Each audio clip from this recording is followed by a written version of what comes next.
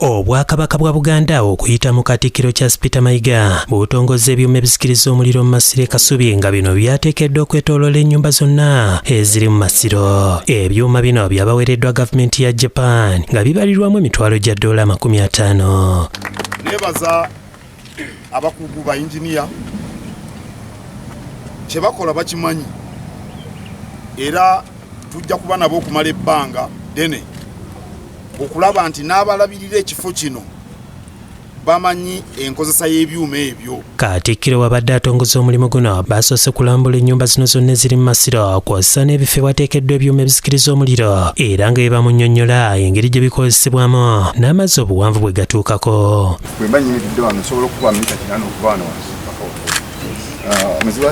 About 16 meters.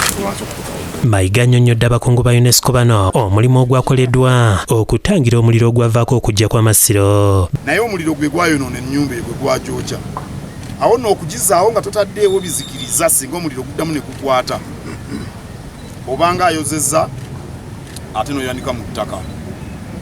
N'olwekyo bannaffe aba gavumenti ya Japan baatuwa emitwalo 5 egya $.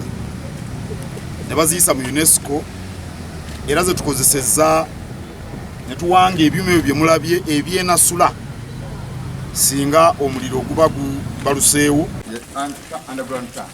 Download the app on App Store or Google Play Store now.